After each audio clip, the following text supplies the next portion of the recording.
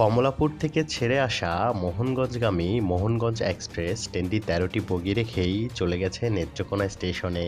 এতে মাঝপথে অন্ধকারাচ্ছন্ন রেল ব্রিজের উপর অপেক্ষায় রয়েছে যাত্রীরা। শনিবার সন্ধ্যা ৭টার দিকে নেত্রকোনা সদর ৪০ এলাকায় এই ঘটনা ঘটে।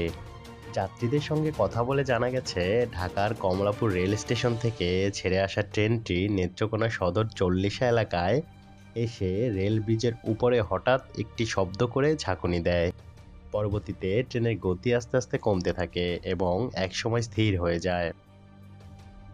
খোঁজ নিয়ে তারা জানতে পারেন, ট্রেনের ইঞ্জিন দাঁড়িয়ে থাকা বগিগুলি রেখেই চলে গেছে।